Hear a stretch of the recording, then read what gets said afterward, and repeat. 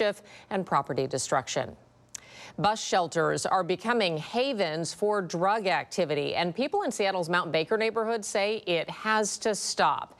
Now a community group is coordinating a pressure campaign to get city and county leaders to act. KOMO's Joel Marino is live in Seattle with a look at the group that wants their bus stops back. Joel? Yeah, Molly, people who use public transit, they tell me it doesn't always feel safe to wait for a bus at certain stops just because they see drug deals going down or addicts are shooting up or smoking fentanyl right in front of them. People who count on public transit say the bus shelters along Seattle's Rainier Avenue South can be hotspots for trouble. They share something, exchange something. Steve Kinholt routinely sees the drug activity when his volunteer group, Trash Walking, heads out to pick up litter. On a typical day, I might see 3 or 4 people inside the bus shelter and another 5 or 6 around the bus shelter, all of them doing drugs. While on his trash cleanup outings, Kinholt talks to local businesses about the drug deals at bus stops and near school zones and asks them about their concerns. So we started forming another group, an email group, where we're starting to communicate with each other.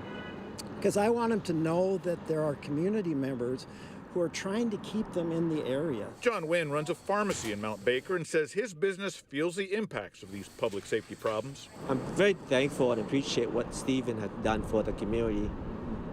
If it wasn't for him, I felt like we are pretty much on a little small island on our own trying to fend ourselves off. On the issues of bus shelter safety and drug use, Kinholt says he routinely reaches out to city officials as well as Metro and the sheriff's office. It feels like his group's persistence is beginning to pay off.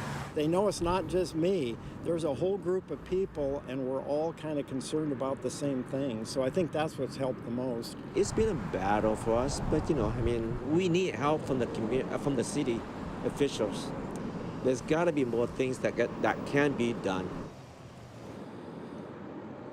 Well, I did reach out to King County Metro and the sheriff's office to see what can be done or what they are doing to address some of these neighborhood safety concerns. We do expect to get an answer back, and when that reply does come in, we will update the information we have in our coverage as it becomes available. Molly? Oh, well, Joel, in the meantime, what are some of the solutions that neighbors would like to see that they say would make the bus shelters feel safe for everyone?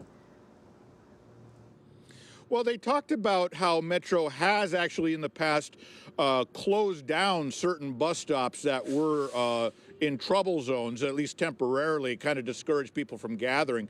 But they don't really like that solution because they say it could potentially take access away from people who count on bus trips.